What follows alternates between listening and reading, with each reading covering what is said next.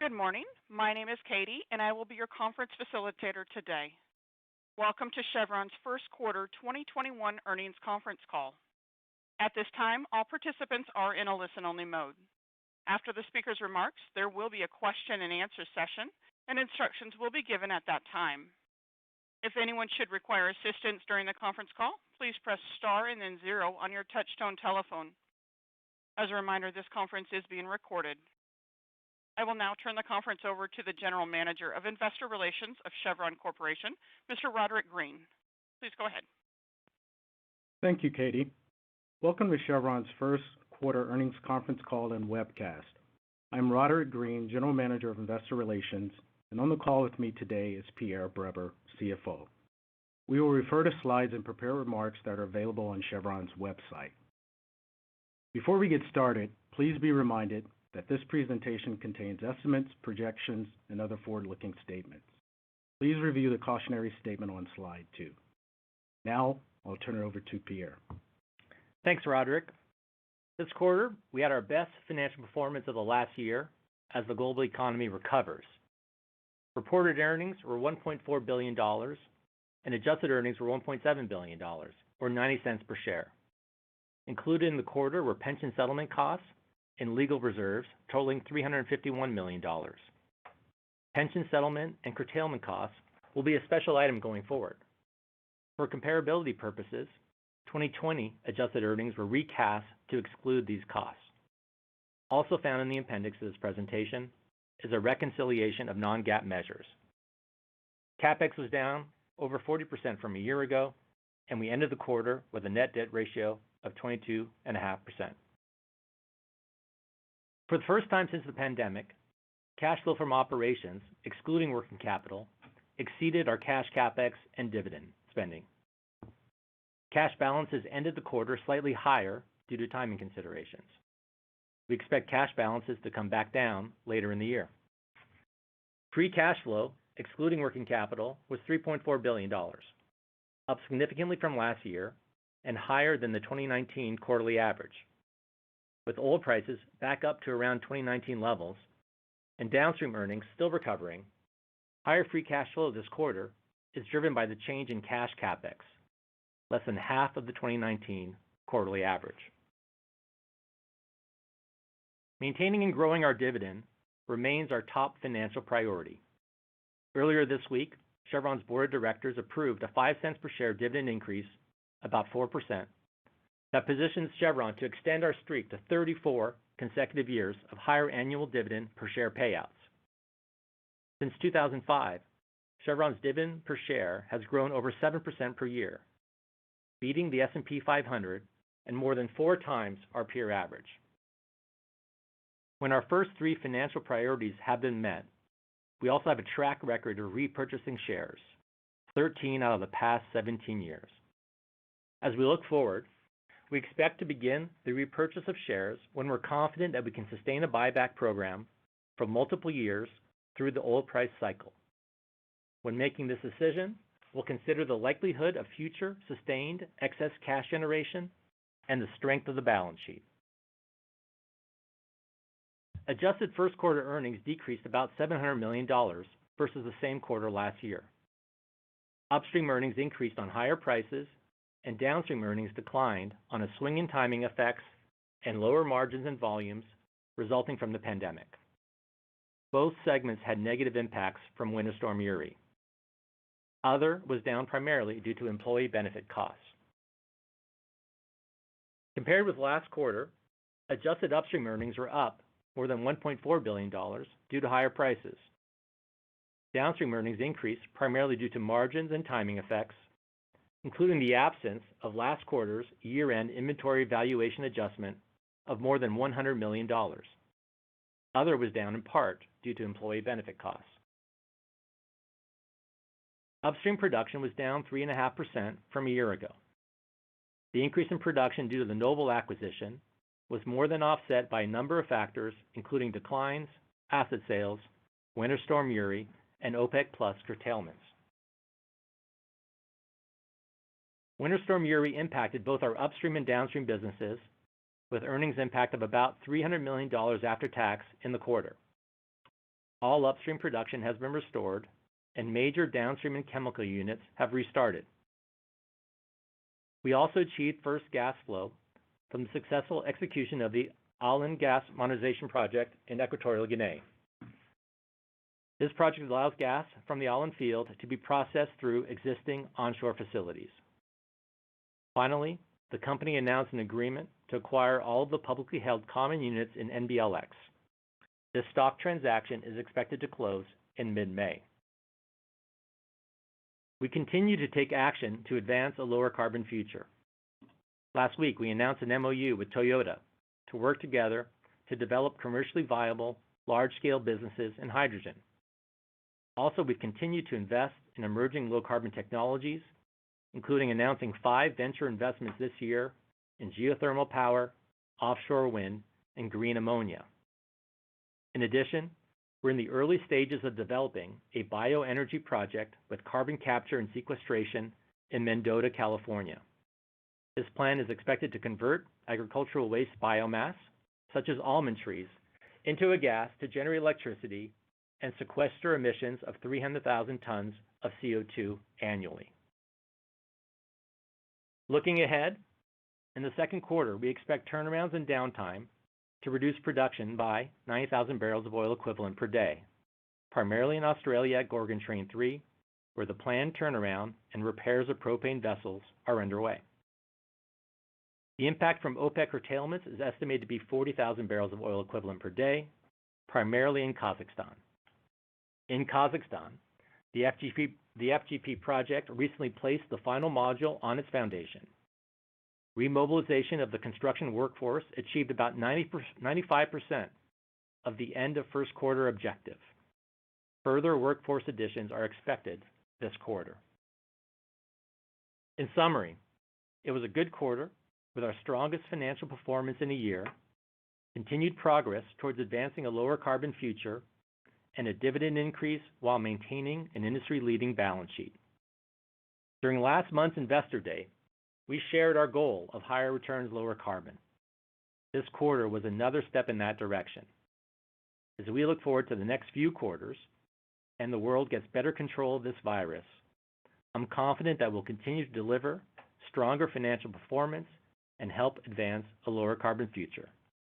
With that, I'll turn it over to Roderick. Thanks, Pierre. That concludes our prepared remarks.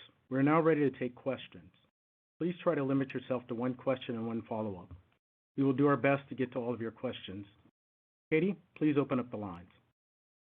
Thank you. If you have a question at this time, please press star 1 on your touchtone telephone. You may ask one question and one follow-up question.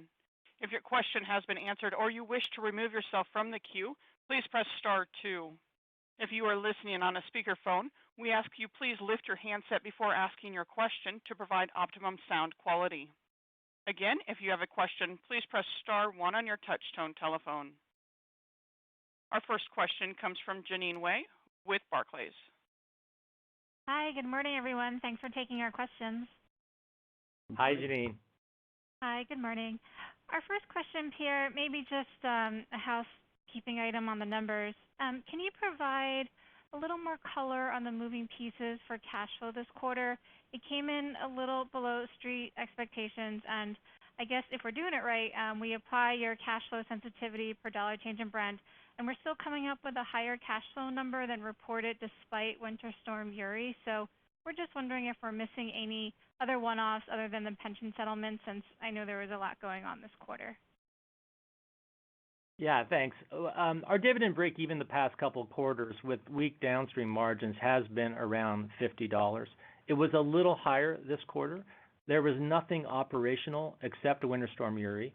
It's really primarily due to some non-operational items like accruals for legal reserves and taxes. Those are non-cash in the quarter, but when we look at cash flow, excluding working capital, of course, we're taking out that working capital effect. So those kinds of accruals, which are charges, result in a lower cash flow ex working capital. Point out, though, that our free cash flow in the first quarter of 2021 was higher than free cash flow in 2019, even though 2019 had much stronger downstream margins and similar oil prices, and that's primarily because of the cash capex. So I think you're doing the calculation right. The tricky thing about these cash flow break-evens is you don't hold everything else constant, all the other margins and indicators, and then some of these timing effects on accruals. Okay, great. That's really helpful. Thank you. And then maybe my second question on the buyback and free cash flow. So on our projections, we see pretty strong near-term free cash flow, and the trajectory, it really meaningfully steps up in 2024, 2025 with Tengiz and some of your long-cycle GOM projects starting up in the Permian. So I think to us, this suggests that for the buyback, it makes a lot of sense to leg into a program kind of similar to what you did in 18 and 19 versus a consistent amount per year, which I think was the last commentary before the pandemic, which I know changed a ton of things. So can you provide any thoughts on how you envision the buyback getting reinstated? We have a track record of buying back shares pretty consistently, 13 of the last 17 years, over $50 billion of buybacks since that time, at an average price in the mid-80s, less than $1 higher than the rateable price if we'd been in for every single day during that whole time period. As I said on the prepared remarks, when we start a program, if and when we start a program, we'll want to sustain it for multiple years because we want to get it through the commodity price cycle.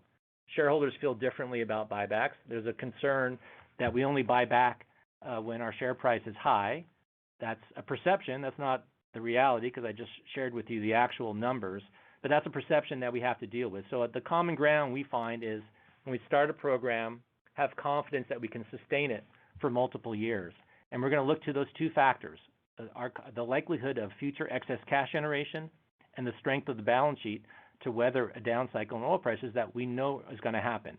So we're not yet on a sustained global economic recovery, feel very good about where we are here in the United States and several other countries, but there are a number of countries where they're still working to get control of the virus. And so we think it's appropriate. We increase the dividend, which is consistent with our financial priorities. We're not going to increase the capital this year, and we have tight guidance out 5 years. We have the balance sheet in a very good place.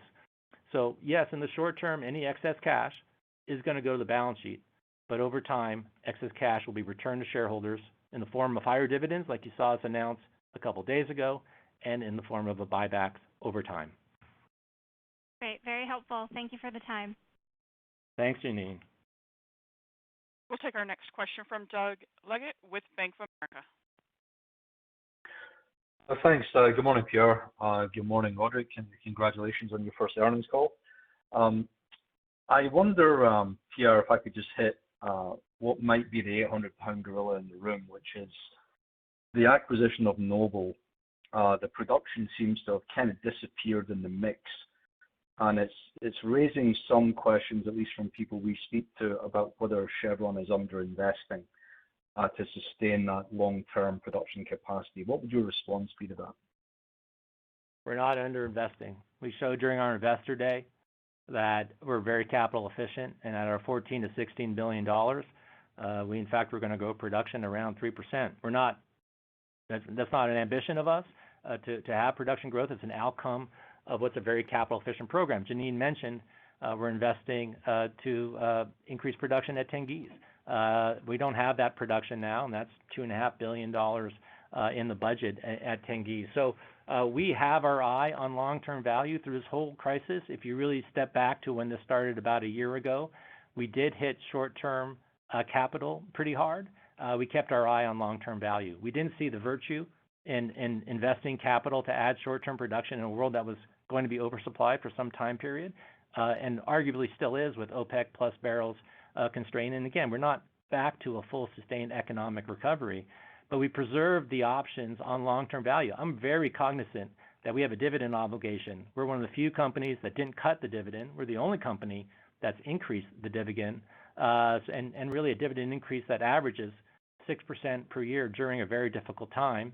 And we showed during our investor day that we have the capability to grow free cash flow for 10% per year over 5 years, and that's coming from Tengiz, which we'll see in a couple of years, and growth in the Permian when the world needs the barrel. So we're not going to chase short-term production. We don't see value in that.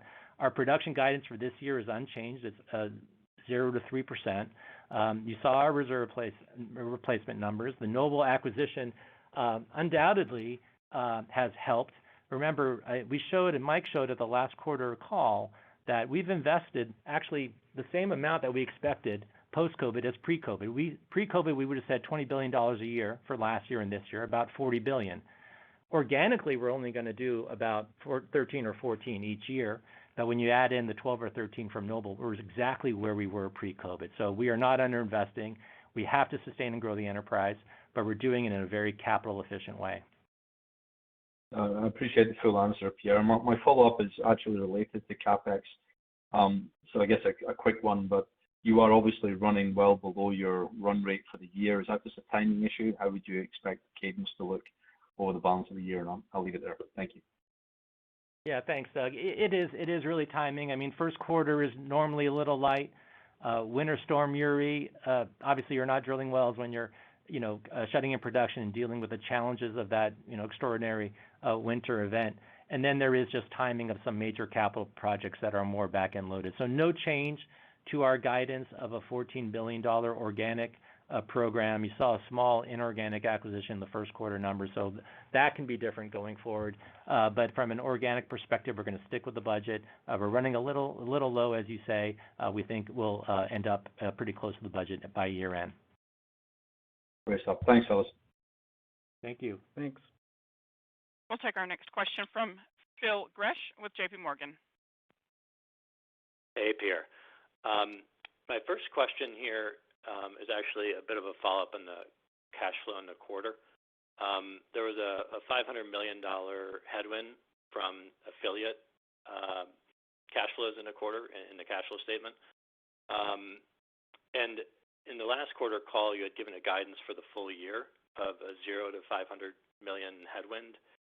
There was not an update given in the slides this time. So I was wondering if it was just front-end loaded or if there's any change to that. And I recognize the affiliates also can tie into the Tengiz co-lend. So has that guidance changed either? Thank you. Yeah, thanks, Phil. We didn't change our guidance because it's just early. I think you're right. I think you're inferring that the guidance, particularly for Tengiz, will get better. We gave a co-lending guidance of $1 to $2 billion.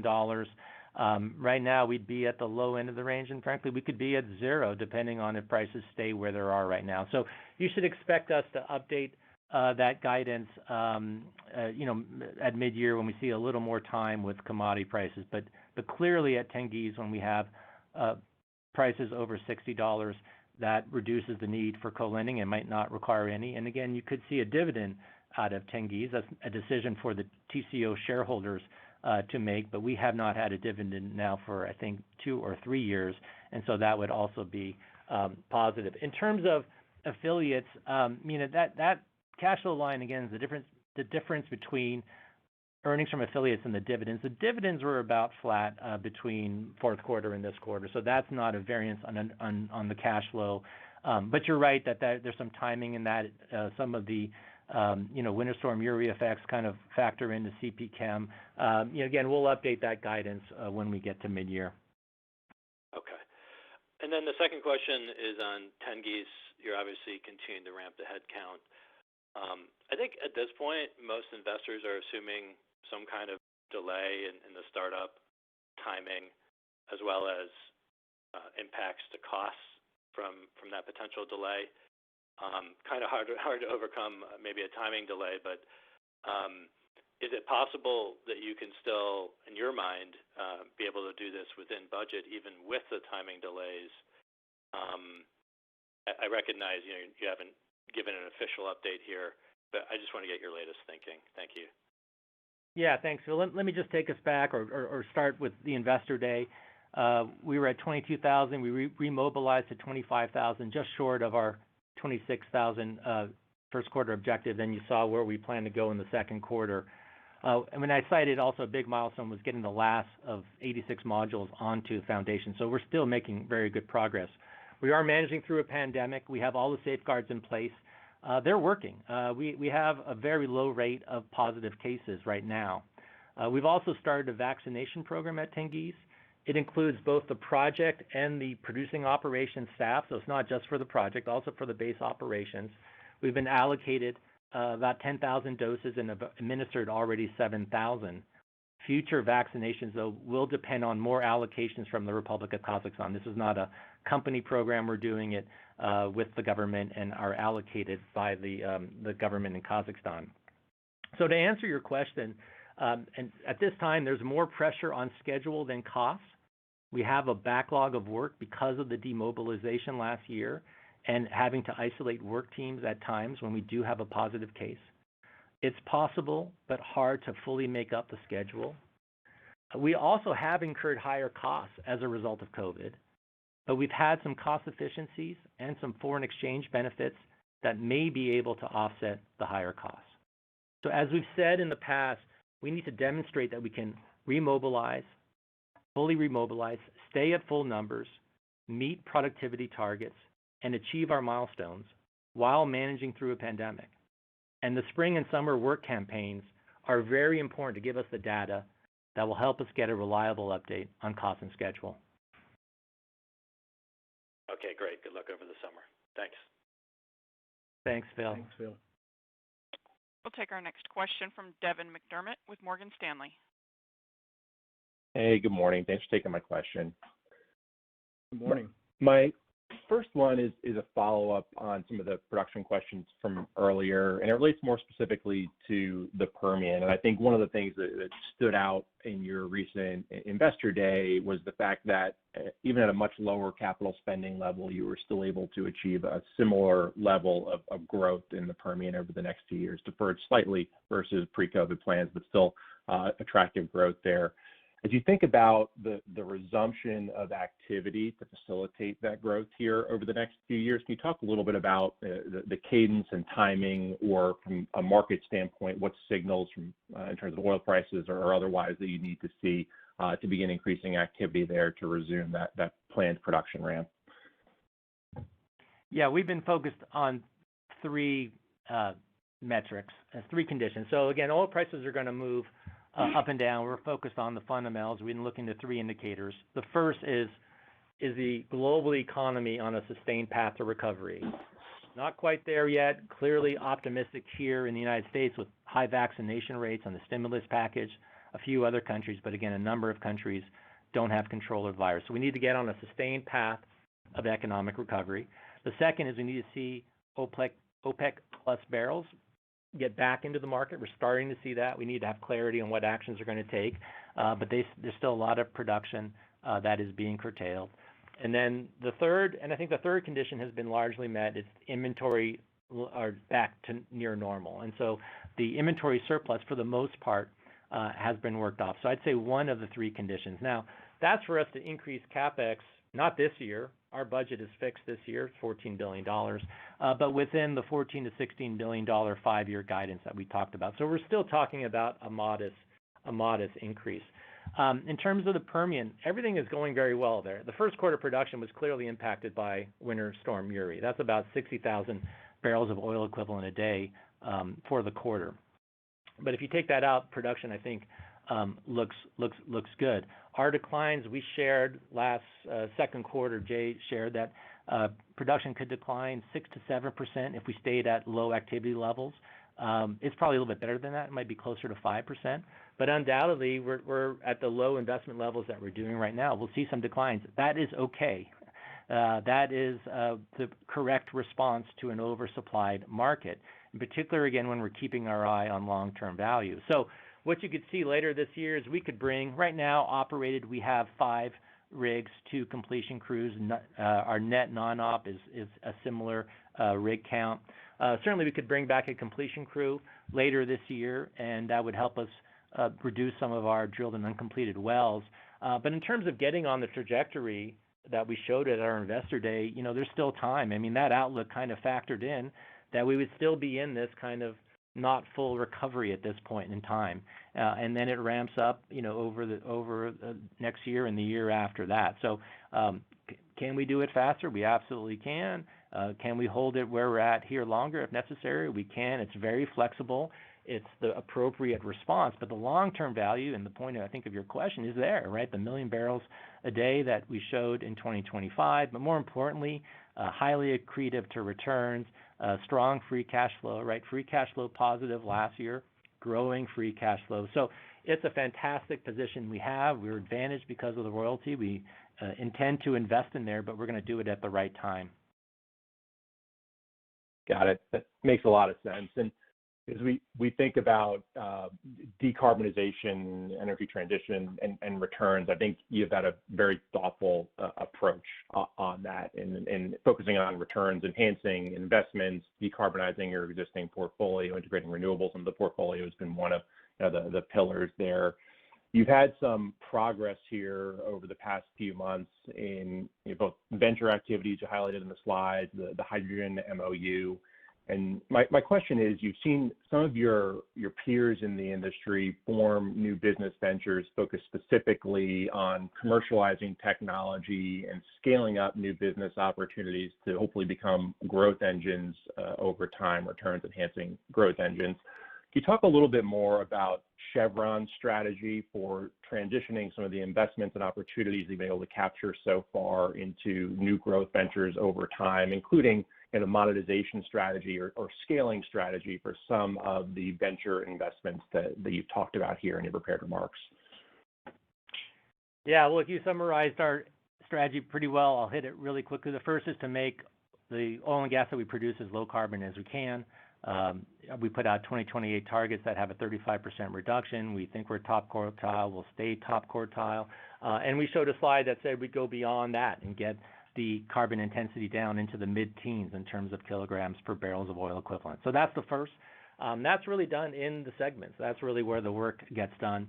The second is to increase renewable energy alongside our conventional products. So renewable natural gas sold along with conventional natural gas, renewable diesel sold alongside our conventional diesel. You've seen we're going to co-process at our LA refinery later this year, biofeed along with conventional feed, and make renewable products, have renewable diesel, biodiesel at more than half of our service stations in the United States. So good progress there. And then the third is to grow low carbon businesses. And that's hydrogen, carbon capture. The venture investments are important, and they are really making sure we're staying connected to all the latest technology. But we intend to do exactly what you say, is grow these businesses. So let me talk about Project Mendota in California. It's in partnership with Schlumberger and Microsoft. It's going to capture the emissions from agricultural waste. So they burn almond trees after a certain number of productive seasons. Normally, those emissions just go to the atmosphere. This project would capture those emissions, convert it into a synthetic gas that can then generate power, and use that power to compress the CO2 and inject it in the ground, and then sell excess power into the grid. And that's a project that's in now front-end engineering and design. We're looking at another carbon capture pilot with Savante in Bakersfield. So the venture investments is an enabler to growing hydrogen and carbon capture business. That's exactly what we intend to do over time. These are nascent businesses, require lots of partnerships, but we're going to be a player in it. Great. Thanks so much. Evan. We'll take our next question from Neil Mehta with Goldman Sachs. Good morning. Thanks for taking the question. So the first one is just on Gorgon. Pierre, can you just talk about the state of play there? Sounds like Train 3 is going down, and that the back half you're going to be running closer to nameplate capacity. But you just talk about maintenance there and where we stand with the project. Yeah, Neil, it's pretty straightforward. We're doing the scheduled Train 3 turnaround, separately, or it turns out it's at the same time we're able to do the repairs. We expect that to be completed by the end of this quarter, and then you're right, we'd be operating all 3 trains in the second half of the year. There was a time period in the first quarter where we saw all 3 trains operating between the Train 1 turnaround and the start of the Train 3 work. So we know what those units can do, and we're excited to get back to it here in the third quarter. Wheatstone will have a planned turnaround late third quarter, early fourth quarter, but again, we expect Gorgon to be running full during the second half of this year. And Pierre, you guys have been really good at M&A. being opportunistic, willing to step away when the bid went away from you, and taking in assets like Noble towards the bottom of the cycle. It's a core competency for Chevron. As you look at the landscape, how do you think about M&A and whether there are opportunities out there, and how are you evaluating them? Neil, yeah, we're really happy with the Noble acquisition. Again, if we step back and think of July, it was still an uncertain time, and being the first to announce a major transaction, closing it first in October, having now 2 quarters where we've been integrated, seeing everything we said, the free cash flow accretion, the returns accretion, earnings accretion. The synergies doubled from 300 to 600 million, achieved 80% of them. We'll get the rest before the year end. Very happy with the talent from the Noble employees that have come across, DJ Basin, Eastern Med. So again, what was a very good deal looks even better now. Now look, it's a challenge to obviously replicate that. We'll always be looking. We have a very high bar. Noble, got over the bar with the quality assets and the value that we saw. We don't need to do an acquisition. To Doug's earlier question, we are sustaining and growing this enterprise. I'm very cognizant of that. Again, we need to do that to sustain and grow the dividend. At the same time, there's times inorganic can enhance the company. And so if we see something that will make that Investor Day story we told even better, then we'll pursue it. I do think industry consolidation will continue. Undoubtedly, the valuations have moved from back where we were in July. It's a long game. We're very patient, and again, we don't need to do a transaction. Thanks, Pierre. We'll take our next Paul Cheng with Scotiabank. Hey guys, good morning. Good morning. Pierre, 2 questions. First, among your peers, I think you have probably the heavier concentration in California. And with the governor latest proposal, how that may impact your overall operation, or how you may restructure it, or if you do need to restructure it. So I want to see that how you guys thinking about the policy outlook impacting on your business in California, both in the downstream and the upstream.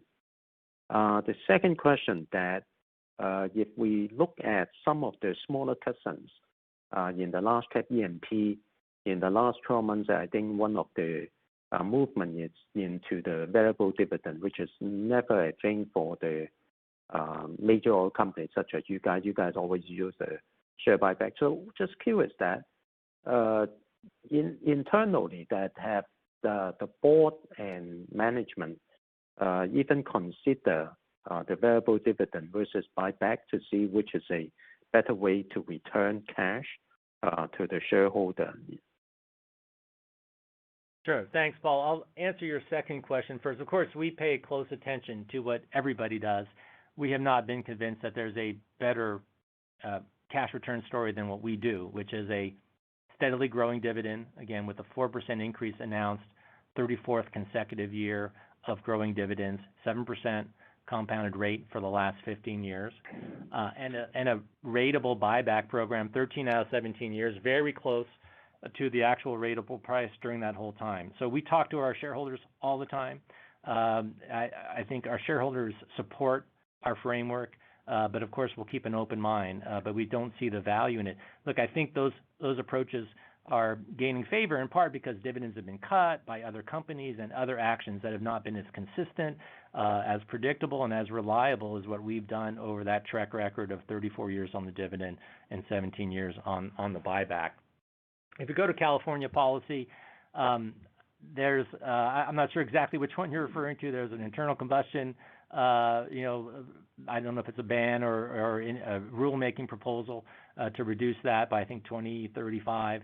There's also the governor requested the rulemakers to look at rules on hydraulic fracturing. What I can say is that certainly on hydraulic fracturing, it's been done safely in California under comprehensive regulations for a long time. It's been done safely elsewhere in the United States and safely all around the world. And I think when policies restrict supply, it just moves energy production to jurisdictions that likely have less regulation, and it also moves the jobs and the government revenues and increases the trade deficit. And I'll say the jobs in oil and gas are good paying jobs that you can raise a family on.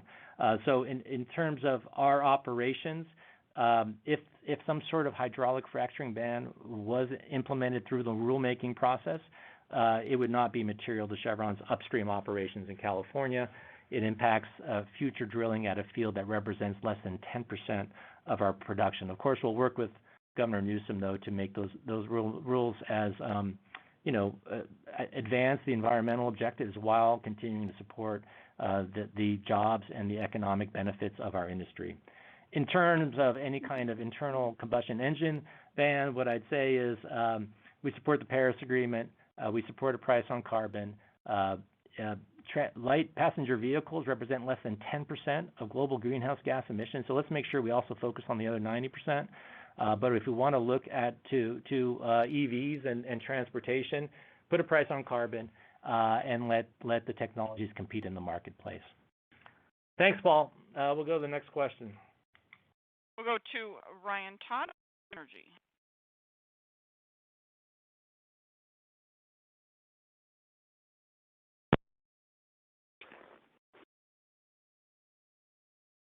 Hey, Ryan, are you there?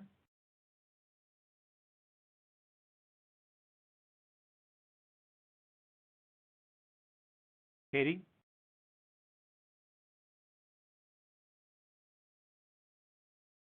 Katie, could we go to the next caller, please?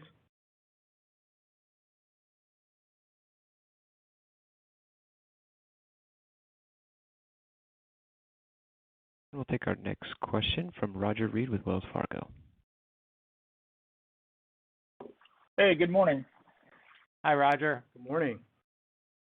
Well, Ryan's lost my game. A couple of things I'd like to follow up on, more look back than look forward. Gorgon, in the first quarter, we had some fairly significant gas prices. You're typically more contracted than spot market. I was just wondering how that performed at a time where you were probably weren't able to participate much in the spot market. I was just curious how you covered the contracted side and how you think about that a little bit going forward. And then the other question I had hasn't gotten much play recently, but as part of the curtailments within OPEC Plus, how the neutral zone restart is going, what the impacts are there for you. Sure. So on Australia, we've said that with one train down at Gorgon, which has been largely the case since mid-year last year, if you think of our Australia system as having 5 trains, and so 4 out of 5 trains have been operating, that lines up pretty close with our contract. So it's not an exact match because some of the Wheatstone contracts and Gorgon contracts are a little bit different, but fundamentally we're balanced. So yeah, the real opportunity cost from the Gorgon downtime was not participating in the spot market. So we didn't get the benefit of it, but we're relatively balanced. There were some trading puts and takes, I would say, in the LNG spot market, but nothing worth pointing out.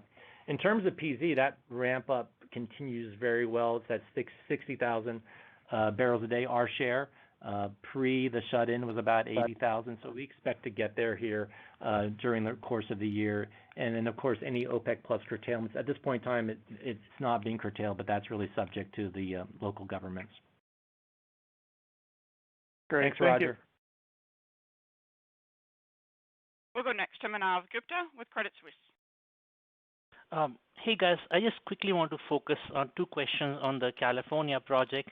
The first one is, because you are sequestering and storing in California, does that mean that on top of IRS 45Q credits, you also get the LCFS credits? Because if you're not storing in California, as I understand, then LCFS is not available. And the quick follow-up there is, why almond tree? Is it only because the carbon intensity is minus 80, or is it also because it's just you and one more guy chasing that feedstock?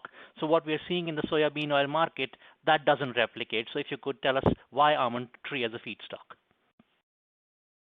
Yeah, well, let me just step back for a moment. Just remember, we're just talking about transportation.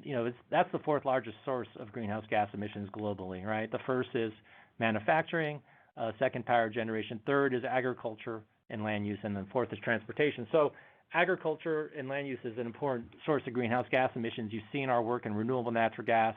which again captures the methane from dairy cows, and so that's a worthwhile area for us to look into. So the agricultural waste is just that's what happens is it gets burned, and those emissions go to the atmosphere. And so partnering with Schlumberger and Microsoft, that's a worthwhile project to capture an emission that otherwise would be vented to the atmosphere or be burned, emitted to the atmosphere, and converting it and sequestering essentially and generating some excess power. So it's early days. You're right, it's all policy enabled, including federal policy and California state policy. We're doing the front engineering, a lot of work to do, but I think you're getting the right idea is that we're looking for, projects that are higher return, lower carbon. And so this is a project that we can generate a return with the policy support and reduces carbon. Thanks, Manav. Thank you. We'll go next to Ryan Todd with Simmons Energy. Sorry about that. My phone call dropped right as you asked me a question. Maybe if I could follow up on one of the earlier questions in terms of the restarting of the buyback. You walked through two of the things that you needed to see, which is sustainable excess cash flow generation and a strong balance sheet. You mentioned the near-term cash goes onto the balance sheet. Is that because it's just a place to hold the cash while the sustainability gets to a level of confidence that you're okay with, or is that because you actually feel like the balance sheet needs to be strengthened a little bit more before you restart the buyback? It's a bit of both. It's just how the math works, right? If you have excess cash and you don't change your capital program, the dividend we just increased, so that's not going to change.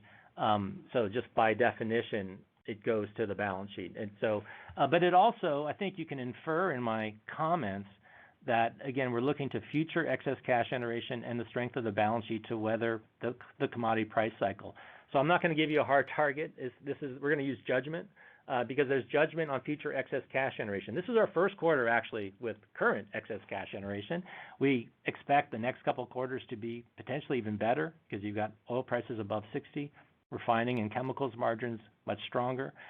So it could be even better. At the same time, we don't have a sustained global economic recovery, so it's reasonable for us to be cautious. We want to be confident that when we start the program, we're going to continue it for multiple years and we can sustain it through an oil price cycle. So I know that folks want a formula or a trigger. I know some of our competitors have those numbers. We're going to use judgment, and we're going to consider what we see in front of us in terms of the likelihood of future excess cash generation. We're going to want the balance sheet in a strong enough position that if oil prices cycle down, we can continue the buyback program relying on the balance sheet. Our balance sheet is very strong right now, but yes, in the short term, excess cash is going to go to the balance sheet. That's kind of by definition, but it also serves the dual purpose of lowering our net debt ratio and putting us in a better position for if and when we start a buyback program. Thanks. And then maybe on a separate topic, if we talk a little bit about refining. I know you don't comment on news headlines. You were mentioned recently in a news article connecting to a potential refinery acquisition in the U.S. Northwest.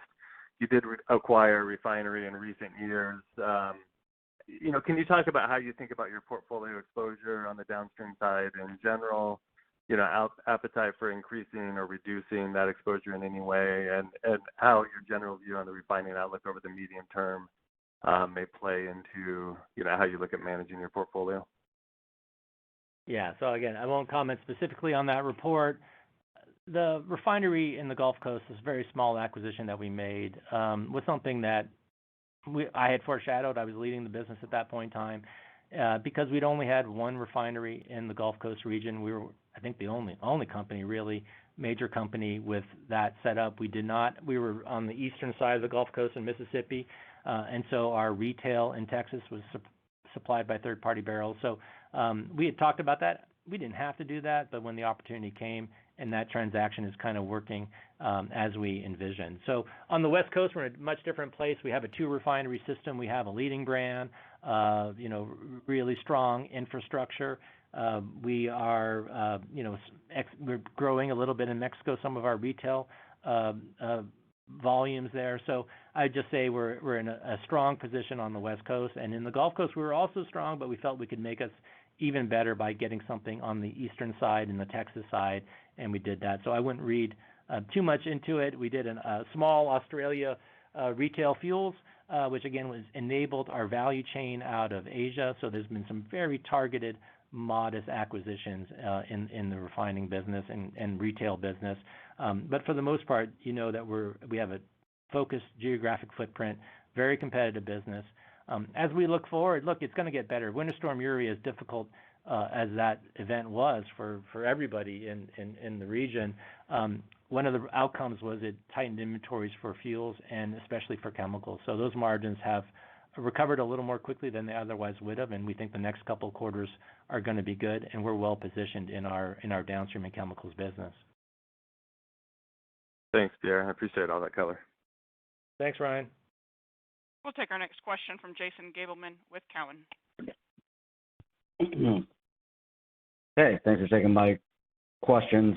I guess following up on the downstream, since that's being discussed, can you just comment on specifically your markets? You're focused on California and kind of the Asia Pacific region, and it seems like vaccine deployment and return to normalcy is kind of lagging there. So when you look across your portfolio, do you see kind of different pace of margin improvement and return to normal, and do you expect your refining results to reflect that throughout the year?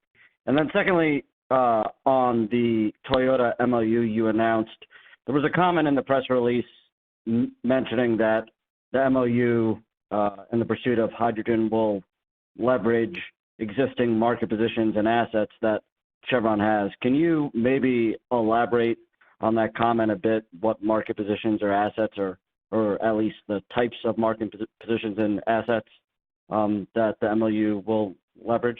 Thanks. Yeah, Jason, I'll be real quick on the second one because it's early days. It's an MOU. It's really to explore this alliance. It's to work together to grow the hydrogen business in passenger vehicles and heavy duty.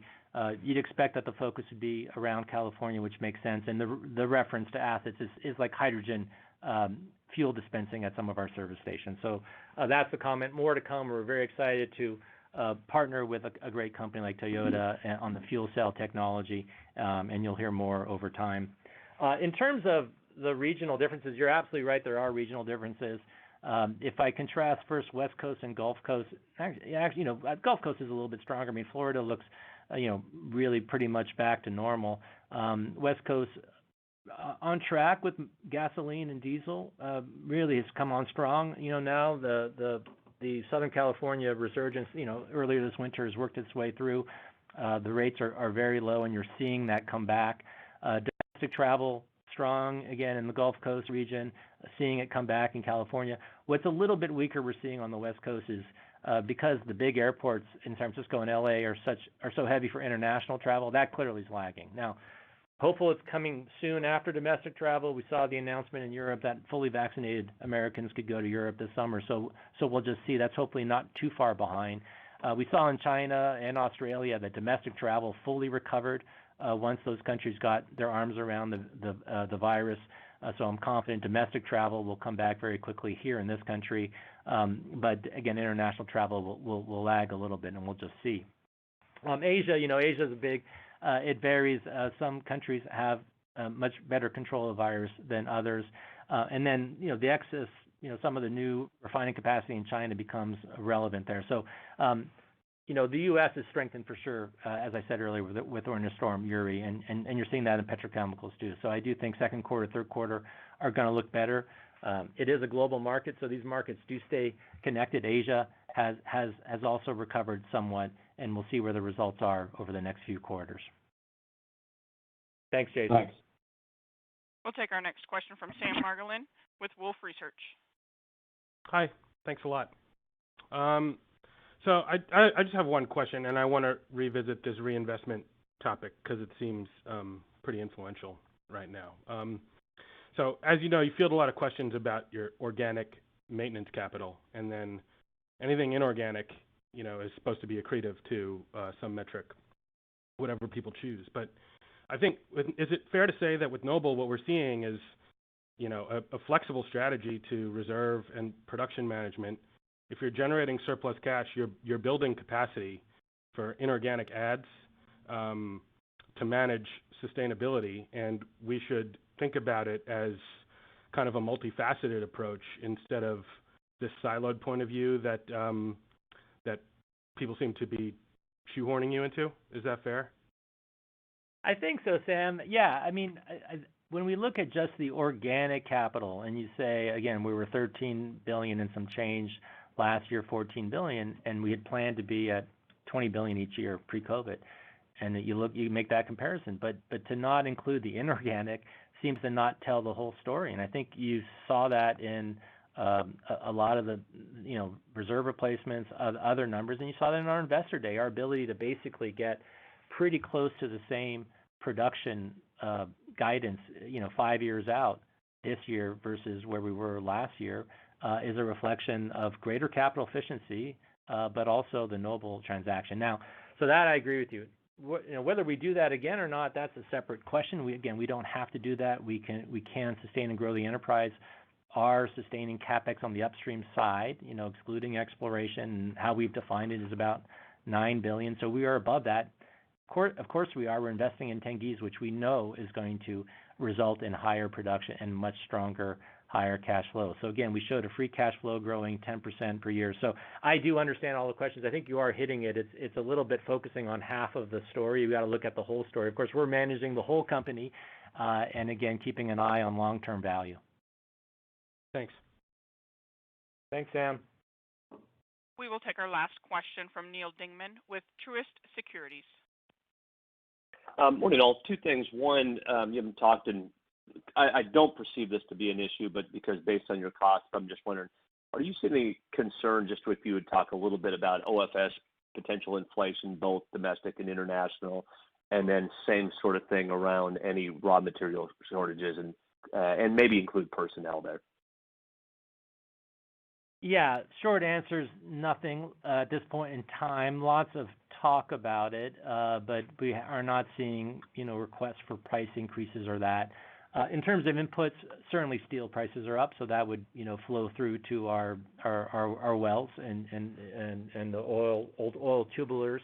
And we are seeing this impacts more the downstream, trucker shortages, and so that in terms of personnel, we're seeing that. I think that's in part, the Amazon effect and all the delivery, UPS and the rest, pulling a lot of truckers off. So we think that will work itself out. So those are pretty minor and targeted in terms of general oil field services inflation. Not seeing it here in the U.S. or internationally, but we're cognizant oil prices are higher, and we're certainly hearing the talk, just not seeing it on the ground. Okay, and then just lastly, you talked about the new kind of carbonization project in California. I'm just wondering, as you transact and sort of jump into more of those, is that going to be more sort of return based, or what is sort of driving as you see opportunities in that? I just want maybe from a broader standpoint, if I could ask. Yeah, we're very clear that our message and our goal is higher returns, lower carbon, and that's true in our conventional business, and that's true in M&A, and how we walked away from Anadarko and how we did the Noble transaction, and that's true in energy transition. When you look at hydrogen and carbon capture, yeah, we're viewing those as growth businesses that can do both higher returns and lower carbon. There are other parts of our energy transition strategy, lowering the carbon from our operations, which I mentioned earlier, increasing renewable products. All of those also need to generate returns. So, we're very clear what we do in the space has to be good for the environment and good for shareholders. And so far, we're able to accomplish both, and we think activity will increase going forward. Thanks so much for squeezing me in. Thanks, Neil. That will conclude our question and answer session. At this time, I'd like to turn the call back over to Mr. Green for any additional or closing remarks. Thanks, Katie. I would like to thank everyone for your time today. We appreciate your interest in Chevron and everyone's participation on the call today. Please stay safe and healthy. Katie, back to you. This concludes Chevron's first quarter 2021 earnings conference call. You may now disconnect.